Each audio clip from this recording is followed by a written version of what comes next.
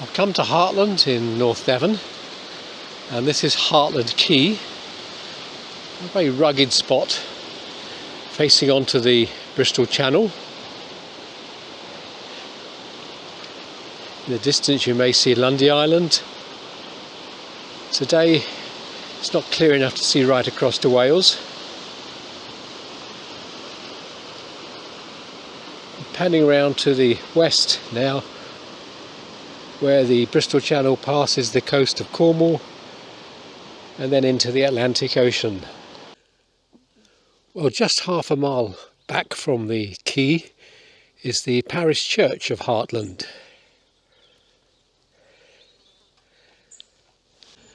The church is dedicated to Saint Nectan's, quite unusual name. Pop inside the grounds. The church was built originally in 1360, replacing an even older building at that time. Now it looks as though the church is open, so perhaps we'll start by having a look inside. Well, it's fairly dark inside the church, and it's a large building. You see on each side we have the wooden pews still, full of character, but rather uncomfortable for sitting on. The floor is made of large slabs of stone. Possibly some of those were originally tombstones. Here's one with an inscription on it. I'll come back to that in a minute. In front of us is the wooden rood screen, which apparently is very special, dates back to 1450. And you can see possibly in the light the elaborate carving on the screen.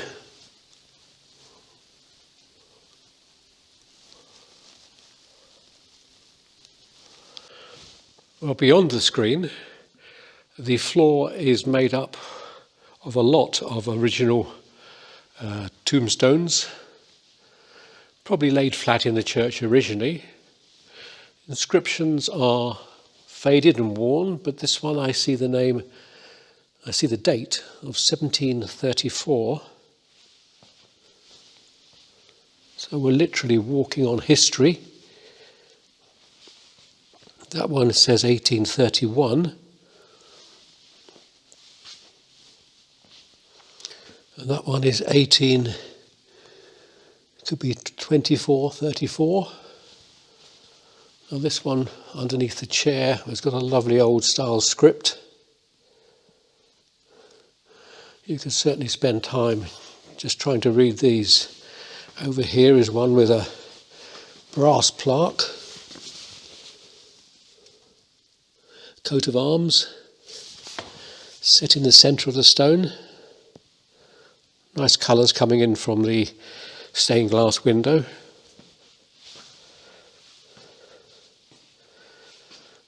This one here, dated 1773 or 93, again with a coat of arms in the stone.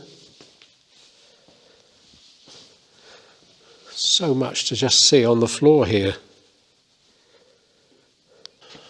Well, on the walls are a number of memorials, but with the poor light we're not going to be able to read the top ones. Move along here. There's a very elaborate memorial high on the wall here. Beautifully designed with two damsels each side, cherubims on the top, coat of arms with an eagle at the very top. But I'm not going to be able to see the names on that. Moving along to above this doorway.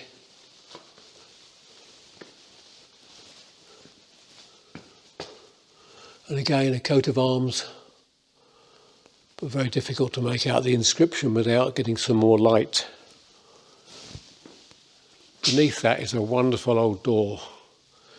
Just look at the woodwork in this and the large lock on the right side. And I'm guessing that door goes back many hundreds of years. We work our way down the church.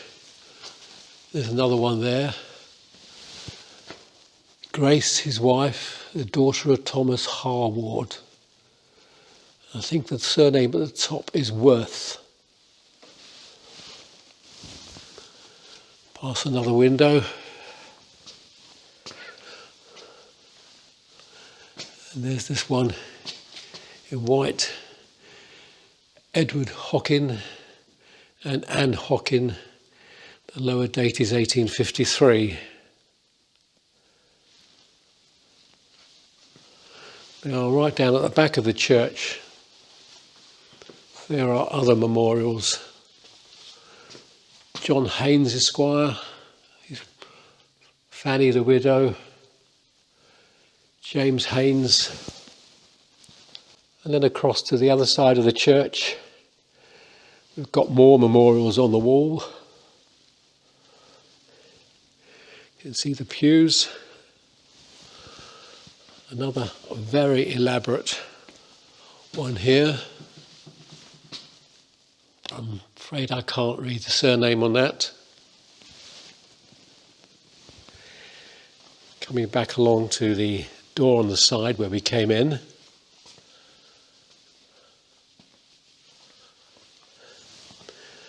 Now this one has that's unusual. There is an angel at the top that is very clearly male, with his beard, flowing beard and so forth. Now, we don't often see angels depicted as males. Underneath is a long scroll. Again, I don't think we're going to be able to see the words on that very clearly. I see 1763, 1799 as the dates. The memorials inside the church would deserve a lot of study to understand them. Not just the ones on the walls, but the ones we're walking over on the floor. William Mountain. Again, difficult to get that. But as we're walking up the church, the floor is just covered with memorials. There's Mount Joy on the stone here. That's probably the name we've just seen at the top. 1825, age 76. An even older stone looking at the script alongside it.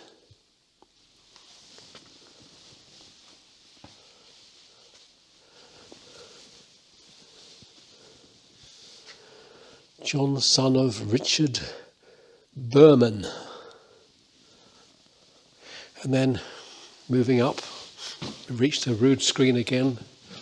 But on the wall here is an elaborate memorial to Paul Orchard, Esquire, of the Abbey in this parish, 1739 to 1812.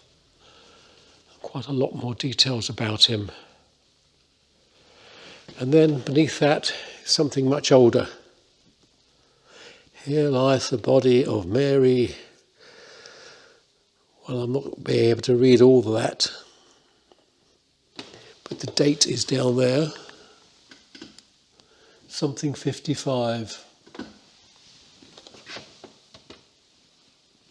And then in one of the side areas, a whole series of plaques on the wall.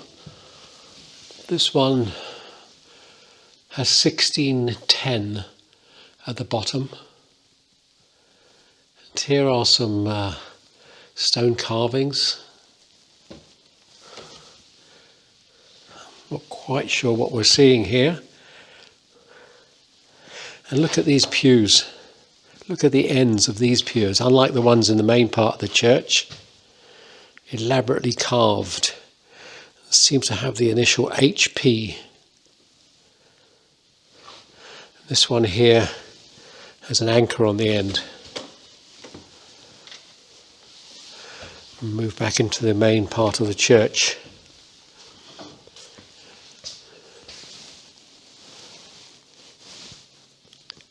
It's difficult to think that in all my visits to churches that I've seen one with quite so many interesting memorials. You could spend days here deciphering them, reading them. This is absolutely full of memorials on the floors, on the walls. What an amazing church for historians.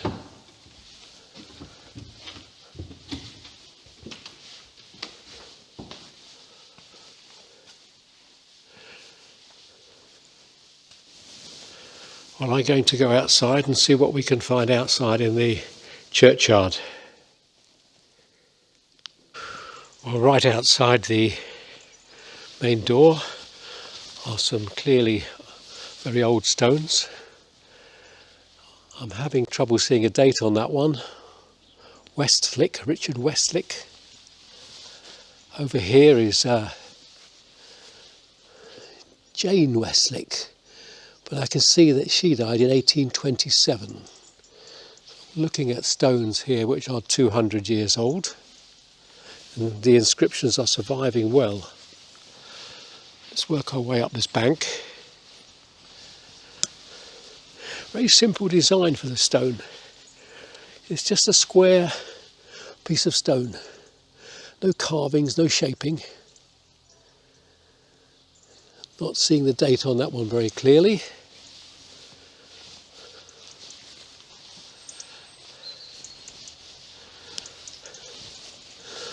Well, this is Thomas, and again, maybe the camera is going to do better than my eyes can do here. I can see he was aged 90 and he died in 1864.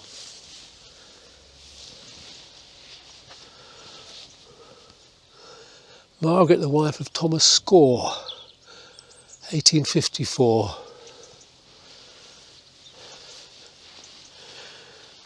Interesting, these early ones are just square pieces of stone. Now, as we move back through the graveyard, presumably the slightly newer ones, they're a bit more in the traditional style of stones.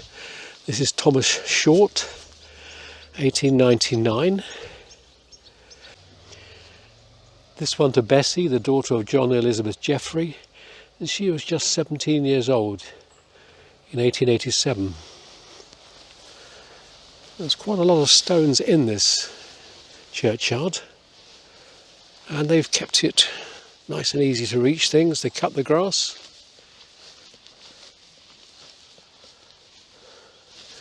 Now look, a couple of them at the back here.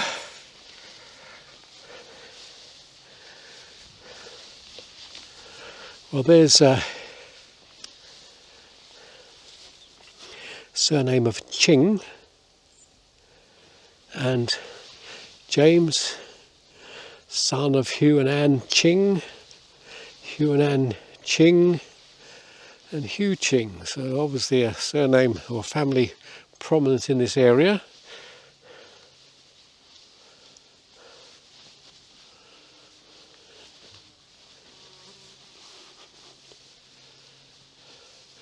James Corrie.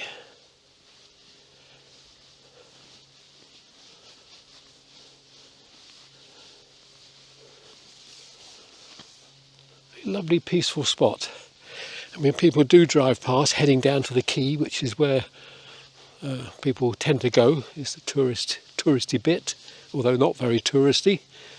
Unusual one here, triangle with a dove on top, possibly a coat of arms down there.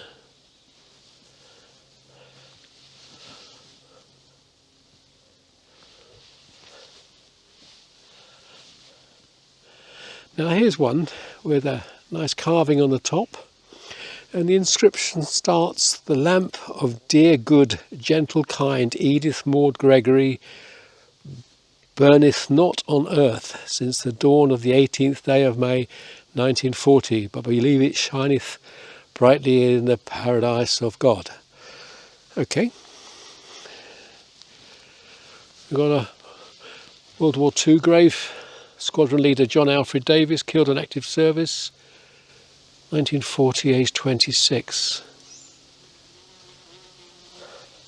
And one next to it, Sir Alfred Thomas Davis, Knight, and the MP for Lincoln, 1918 to 24. So I'm assuming that was probably his son next door, as the stones are of the same design.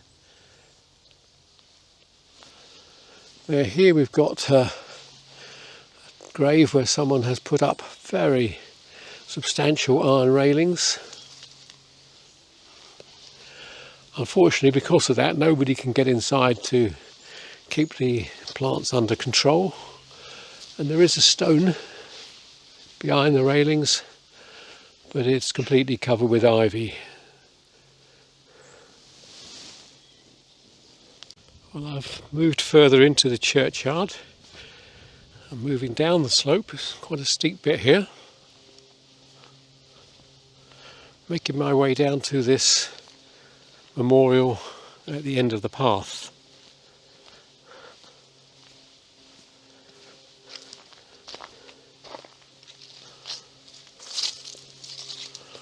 And there's a detailed plaque on it. The beloved memory of Humphrey St Leger Stukely, youngest son of Sir George Stukely, Baronet of Hartland, and Major in His Majesty's Grenadier Guards, Battle of Durham, and a lot more about his military career.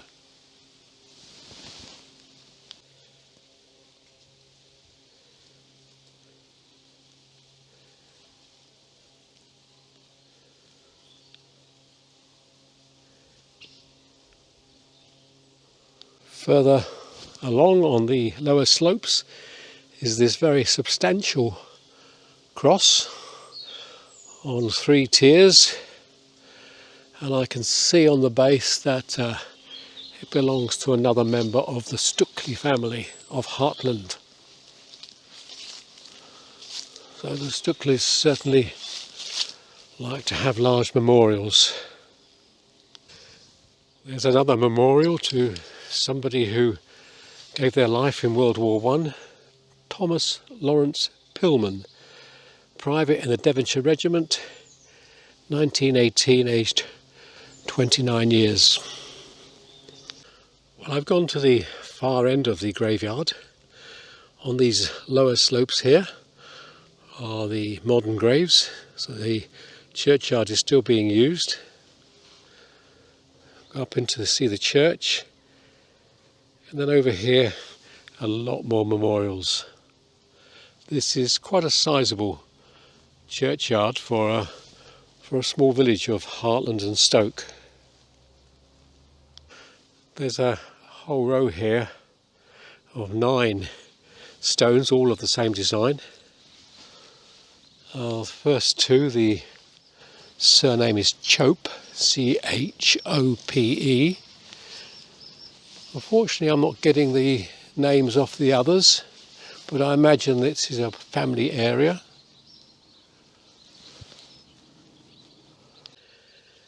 And then amongst this sea of large stones is this little one standing alone, and it's a child's grave.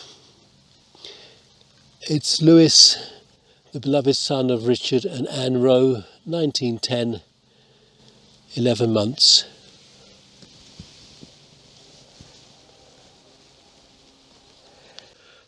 And just by this entrance to the churchyard is this very large column, and at the top is an image of Christ on the cross, and this will be what is known as a preaching cross. When the churches were full or the weather was good, then a minister would come outside here and preach from the steps of the preaching cross. It's quite common in the churches in Devon. This one tells us that it was restored in 1897. and of course no longer used. Churches are no longer anywhere near full.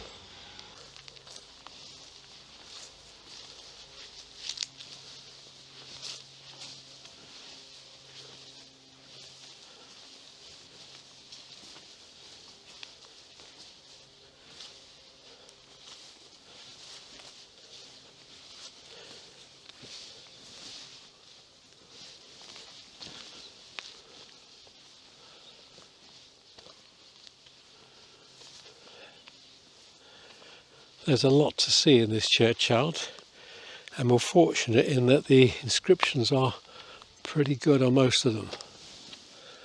Now just up there, caught my eye, is another war headstone.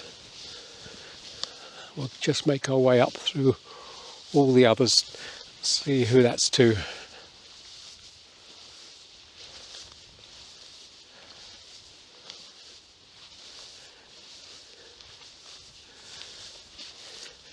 It's actually right beside one of the main paths.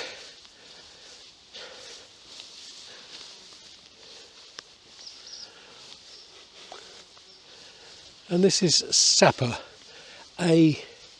Damon, Royal Engineers 1915.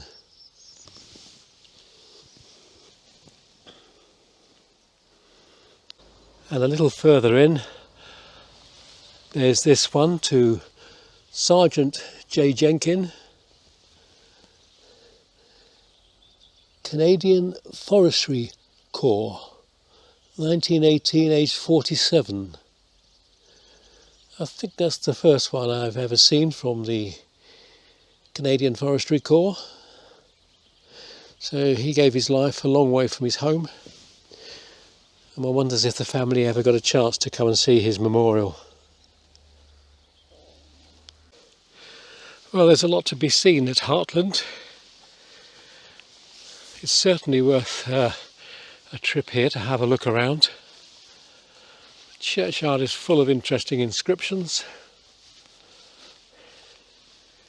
and the church itself is quite amazing if you're interested in very old epitaphs and names. Well, I'm going to finish at this point, but I can thoroughly recommend both the church and the churchyard and the quay at Hartland. If you get a chance, come and spend some time here. Till the next time.